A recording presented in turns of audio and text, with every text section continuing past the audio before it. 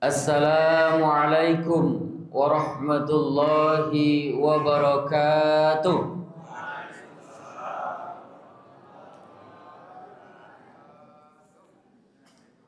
Alhamdulillah, alhamdulillahilladzi an'ama alaina bi ni'matil iman wal islam. Asyhadu an la ilaha illallah wahdahu la syarikalah. Wa asyhadu anna Muhammadan abduhu wa rasuluh alladzi la nabiyya ba'da, amma ba'du.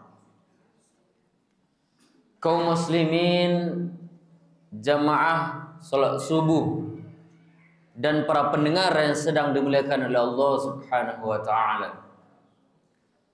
Pertama dan paling utama sekali, marilah sama kita ucapkan rasa puji beserta syukur kita atas kehadirat Allah Subhanahu wa taala, yang mana hari ini juga, detik ini juga, Allah masih mencurahkan kasih sayangnya kepada kita bersama. Dalam bentuk Allah itu masih memberikan nikmat kita, nikmat kesempatan hidup. Jauh lebih dari itu adalah nikmat untuk kesempatan beribadah. Banyak loh bapak-bapak, ibu-ibu, saudara-saudara kita hidup pada saat sekarang ini, namun tidak mempunyai kesempatan untuk beribadah salat subuh berjamaah dengan kita bersama. Maka dari itu, alhamdulillah kita Allah kasih kesempatan tersebut. Kemudian salat beriringan salam, tidak lupa pula kita hadiahkan buat arwah junjungan alam, yakninya Nabi besar Muhammad sallallahu alaihi wasallam. Allahumma shalli ala Sayyidina Muhammad wa ala ali Sayyidina Muhammad. Yang mana kata-kata itu sederhana loh Bapak. Dua untaian kata. Allahumma shalli ala Sayyidina Muhammad wa ala ali Sayyidina Muhammad, tapi penuh makna, yang akan memberikan syafaat kepada kita yaumil akhir nantinya. Maka dari itu jangan bosan-bosan untuk bersalawat kepada Nabi tersebut. Semoga kita semua ini mendapatkan syafaat di yaumil akhir nanti. Amin ya rabbal alamin. Baik, yang sama kita hormati Pak Pengurus Masjid As-Sakinah beserta jajaran beliau, kemudian Bapak Ibu jamaah subuh teristimewa, anak-anak kita, para generasi yang akan memperjuangkan Islam ke depannya. Semoga anak-anak kita ini istiqomah di jalan Allah Subhanahu wa taala. Amin ya rabbal alamin. Baik Bapak Ibu jamaah subuh dan para pendengar yang sedang dimuliakan oleh Allah Subhanahu wa taala. Pagi ini kita beri judul tausiah kita, yakninya tanggung jawab orang tua terhadap anaknya. Tanggung jawab orang tua terhadap anaknya. Kaum muslimin jamaah subuh, para pendengar yang sedang dimuliakan oleh Allah Subhanahu wa taala. Orang tua itu, kita selaku orang tua mempunyai tanggung jawab penuh terhadap anak kita. Yang pertama itu tidak bisa dikatakan tidak, yaitu menafkahi. Menafkahi anak kita, baik itu kita sebagai seorang ayah maupun kita sebagai seorang ibu, wajib hukumnya, tidak bisa dikatakan tidak. Maaf bicara, maaf bercakap, bahwasanya kalau seandainya kita seorang laki-laki ini boleh wawancara semua maknya, boleh pisah sama maknya, tapi mengenai nafkah tidak boleh berhenti terhadap anak kita, wajib hukumnya. Jauh lebih dari itu, kaum muslimin jamaah subuh, para pendengar yang sedang dimuliakan oleh Allah Subhanahu wa taala, tanggung jawab seorang ayah ataupun ibu itu adalah mengenai pendidikan terhadap anaknya. Kalaulah bukan sekarang kita perhatikan pendidikan anak kita, maka anak kita itu akan tergolong dari pergaulan-pergaulan yang tidak kita inginkan. saat sekarang ini, yang mana bahwasanya keadaan remaja kita pada saat sekarang ini itu sangat memprihatinkan. Yang pertama, kita lihat keadaan sosial mereka. Sebagian dari anak-anak kita ini memang sosialnya itu sudah kurang. Sudah kurang kali. Contoh sederhana, mungkin bisa saja kita untuk pergi sholat berjamaah tadi, sholat subuh, ketemu di jalan, itu jarang yang menyapa kita itu, anak-anak kita itu. Jarang yang tegur sapa. Empati atau merasakan apa yang dirasakan orang lain itu jarang sekali terhadap anak kita itu. Kaum muslimin jamaah subuh yang sedang dimuliakan oleh Allah Subhanahu wa taala. Karena apa? Apa penyebab itu tersebut, Pak Ibu? Kami pastikan tidak lebih daripada HP, gadget yang dipegang oleh anak-anak kita itu. Tidak lebih daripada itu. Yang mana bahwasanya, coba kita perhatikan Pak Ibu, kalaulah seandainya anak-anak kita ini libur bersekolah, itu di rumah dengan kita seharian penuh, bisa dia mengurung diri di rumah, di dalam kamar, kurangnya sosial dengan kita. Mungkin waktunya lapar perutnya, baru keluar. Nantilah ditanya sholatnya Bu, karena lapar perutnya nyo keluarnya. Bahkan nyambil nasi dalam meja makan, nyebuk ke kamar, makannya di kamar. Beliau jawab lah Bu. Beliau sosialnya jawab. Itu yang dialami oleh generasi Islam atau anak-anak kita pada zaman saat sekarang ini. Makanya tidak salah ada Bapak Ibu, kalau pemerintah Singapura itu mengatakan bahwasanya musuh paling nyata itu adalah anak-anak HP sekarang. HP. Makanya tidak diizinkan anak-anak itu membawa HP ke sekolah. Keadaan di sekolah gini Bapak Ibu, kami sebagai guru, kalaulah bukan kami kumpulan HP itu, ya guru mengecek surang salah. Tidak kan udah ngasih itu dulu. Udah nggak ada nyuruh. Serah ibu lah, serah pak lah tuh yang sibuk dengan HP-nya masing-masing. Kaum muslimin jemaah subuh, para pendengar yang sedang dimuliakan oleh Allah Subhanahu wa taala. Tentu kita berharap anak-anak kita bukan golongan dari hal demikian. Yang kedua, kondisi anak kita pada zaman saat sekarang ini bahwasanya potensinya bagus. Dikala tadi bahwasanya sosialnya kurang, potensi anak kita itu bagus. Kenapa demikian? Bahwasanya mungkin kelas 3 SD anak-anak kita sekarang sudah hafal 3 juz Al-Quran, 4 juz, 5 juz, bahkan tamat SMA mereka itu sudah hafal 30 juz. Itu bagus. Kenapa? Siapa yang bisa menghafal demikian tadi? Yang menguranginya dengan HP. Tidak sibuk saya jawab HP itu. Artinya bukan main game sekarang. Mungkin bisa jadi dengan murotal, dengan HP itu bagus. Itulah anak-anak bisa menghafal 3 juz, 4 juz, bahkan 30 juz tersebut. Bagus potensi. Yang ketiga, itu yang seharusnya yang kita inginkan. Yang mana pada anak-anak kita itu mempunyai prestasi tentu di bidang agama. Tuh Ustaz, ilmu umum dah boleh anak-anak kami. Boleh. Balon ndaknya itu Bu. Tapi artinya yang lebih penting itu selain umum, didasari anak-anak itu dengan ilmu agama. Allah mengingatkan kita dalam surah At-Tahrim ayat 6. Bismillahirrahmanirrahim. Ya ayyuhalladzina amanu qu anfusakum wa ahlikum nara. Wahai orang-orang beriman, kata Allah, peliharalah dirimu dan keluargamu dari siksa api neraka.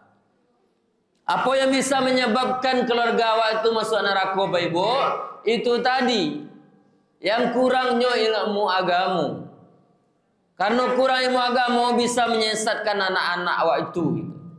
Caliaklah kini ibu. Kalau nak kurang agama, bisanya tawuran, segala macamnya gitu. Bahkan yang lebih nyerisnya bisa membunuh orang tua sendiri. Banyak loh kasus zaman sekarang, Bapak Ibu. Kaum muslimin jamaah subuh yang sedang dimuliakan oleh Allah Subhanahu wa taala. Maka dari itu Bapak Ibu, yang mana begitu pentingnya ilmu agama kok dari ketek wak tanamkan, bahkan diwajibkan dalam kandungan anak-anak itu lah dapat pemahaman agamanya. Contoh seandainya induknya atau seorang ibu ketika hamil atau dalam perut anak itu lawak jadi salawat sallallahu ala Muhammad sallallahu alaihi wasallam. Itu teribu di la tabiasonya lahir ke dunia la tabiasonya mendengar hal yang baik atau ilmu agama. Terkadang kini kan jolo adolo sifat maaf bicara mengkesampingkan ilmu agama, meremehkan ilmu agama ke bebo. Karena apa? Waca lihat lah bebo. Bahwasanya bukti nyatonya anak-anak waktu kalau untuk mendapatkan ilmu umum, les bahasa Inggris, matematika, fisika, itu biayanya tidak tanggung sebulan tuh ibu, 300, 3,5, 300 paling rendah. Itu nak kemana enggak tiap bulannya tuh ibu. Kalau untuk mengaji di TPQ As-Sakinah bara sebulan ibu. 10.000, mulai 20, 25 paling tinggi. Itu bara mana enggak tuh ibu. 2 bulan, 3 bulan, bahkan semester itu hanya 6 bulan. Nya pinta ada ustaz mereka pitika piti saya mengenal ustaz mah aja salah nak kami lu. Bakarin lah nak itu. Asik kau mudah-mudahan enggak ada gitu. Enggak ada ya Bu ya. Kaum muslimin jamaah subuh yang sedang dimuliakan oleh Allah Subhanahu wa taala. Padahal apa? Yang mana itulah yang akan menolong awak besok. Yang awak harapkan sebagai orang tua meninggal awak dapat doa dari anak awak itu. Allahumma ghfirli wa liwalidayya warhamhuma kama rabbayani shaghira. Dari ustaz iyo lo, dari anak itu ndak ada batinnya kalau cuma doa anak awak ada ibu. Tapi kalau ndak awak tuangkan ilmu agama dari dasar gini, apa yang kadapet dia awak sebagai orang tua ketika meninggal? Dia ambil apa dia ibu? Dia foto awak. Ama ambo baru meninggal 5 menit yang lewat. Kini ke pemandian lah. Kini ke bakubuan lah. Siapa yang sampai mengadu dan ambo mudah-mudahan Allah ampuni segala dosanya. Dia kirim. Adi berdoanya melalui HP. Dunia maya. Tak nyatu doa itu gitu. Kaum muslimin jamaah subuh yang sedang dimuliakan oleh Allah Subhanahu wa taala. Sebetulnya bukan itu yang kita harapkan, doa tadi yang kita harapkan. Baik, yang ketiga, Bapak Ibu jamaah subuh para pendengar yang sedang dimuliakan oleh Allah Subhanahu wa taala. Kondisi generasi Islam pada zaman saat sekarang ini adalah yang mana bergaul itu tanpa batas sekarang. Sakit. Tidak ada kurang memperhatikan kalau pergaulannya ibu. Bekolah lawan jenis ibu. Inyo sama inyo satu jenis. Maksudnya laki-laki sama laki-laki, perempuan sama perempuan itu sangat memperhatikan sekarang bu. Apa penyebabnya? Karena bukti nyatanya fakta. Anak waktulah banyak tergolong kepada LGBT. Laki-laki suka ke laki-laki. Padusi begitu loh. Menyukai kawan padusinya. Kasus membuktikan Bapak Ibu, untuk yang berzina maaf bicara, yang hamil di luar nikah itu kasusnya tidak begitu marah lah Bu. Yang marah itu laki-laki suka sama laki-laki. Tatangko ada Polresta Padang yang manonya curanmor mencilo onda kerajonya di hotel. Ternyata laki-laki semua laki-laki berdua kemana? lah sekian tahun kira pacaran. Itu pengakuannya bebo, laki-laki semua laki-laki. Jadi patut wak curigai, wajib wak curigai anak-anak kini bebo. Masuknya SMA, kelas 2 SMA atau kelas 3 SMP, kama masanya berdua-dua taruh banyak laki-laki semua laki-laki maupun perempuan semua perempuan, wajib wak curigai. Wak tanya, wak kawal terus. Jangan sampai wak tak icu apa ibu. Kalau itu icu itu yang terjadi. Yang mana fenomenal LGBT kok Sumatera Barat termasuk angka yang paling tinggi. Sumatera Barat, awak yang dikenal dengan falsafah adat basandi syarak basandi kitabullah. Awak lo tuh masuk paling tinggi, Ibu. Mudah-mudahan ini menjadi perhatian kita bersama, baik itu kita selaku orang tua menjaga anak-anak awaknya, selaku nenek mama menjaga kemanakan awak, selaku sebagai RT menjaga warga awak. Kaum muslimin jamaah subuh, para pendengar yang sedang dimuliakan oleh Allah Subhanahu wa taala. Alun la bekolawan jenisnya Ibu. Alun la jawan jenisnya. Kami pernah mendengar ke telinga kami Ibu, bahwasanya kami sampaikan, wahai anak-anak kami, ketika bulan Ramadan niko, salah satu penyebab membatalkan puasa itu adalah awak berbonceng atau pegang-pegang tangan jo lawan jenis awak. Nya jawab danya, kalau pacar awak kalian apa ada pak katanya. Itu jawabnya. Makasih ko kawan jenis lawan jenis ko kawannya enggak mungkin ya ko. Tapi kalau yo pacar awak lain apa ada pak katanya. Aku wah. Tapi kalau yo pacar lain apa ada kan enggak ada pak katanya. Jo kawan wak contoh maksudnya kok jo kawan ko si A dengan si B laki-laki yang perempuannya berkawan tapi tidak ada rasa. Itu mungkin yang tangkap danya. Atau kalau dia pacar wak kalian ada pak kan dia pacar wak mah. Nauzubillah. Itulah tanggapan anak-anak wak kini Ibu. Padahal Allah mengatakan dalam surah Al-Isra ayat 32, wala taqrabuz zina innahu kana fahisyatan wa sa'a sabila. Jangan kamu mendekati zina karena perbuatan zina itu adalah perbuatan keji dan salah satu perbuatan yang paling buruk. Itu Ibu. Al-Isra ayat 32. Mendekati awak, anak-anak awak dilarang. Apalagi nyo berbuat, ba bentuk mendekatinya. Itu tadilah, ba bonceng-bonceng, pegang tangan. Maaf bicara bazina itu bukan berhubungan badan saja, yang alun nikah bukan tuh. Bapak pecik-pecik tangan anak-anak awak kok. Inyo bonda berdua malam minggu lari onda kok sawana 20 hanya Pak Ibu. Tapi paciknya itu bentuk lari 100. Itulah anak-anak itu Ibu. Lari onda 20 tapi pagunya itu bentuk lari 100, bentuk ketinggalan di belakang. Kaum muslimin jamaah subuh, para pendengar yang sedang dimuliakan oleh Allah Subhanahu wa taala. Jadi kembali ke konsep awal Pak Ibu. Tanggung jawab seorang ayah atau orang tua itu adalah, kalau bisa sebagai simpulan, memang memperhatikan betul pendidikan anak-anak aku dari kete wa masonka ilmu agamu. Karena apa? Mudah-mudahan sakit ko kete ko wa mason ilmu agamu dasar lagadangnya taingennya. Walaupun kalau lawan mason adu jo yang tak kena Bu. Tapi tahu sampai balik adanya. Salah jalan kami kom. Katiko kete ni mason di gaya ambo untuk mengaji Kak Sakinah dak boleh kata guru ustaz ko membiak punya orang. Dak boleh bonceng-bonceng. Takana dak nyoba Ibu.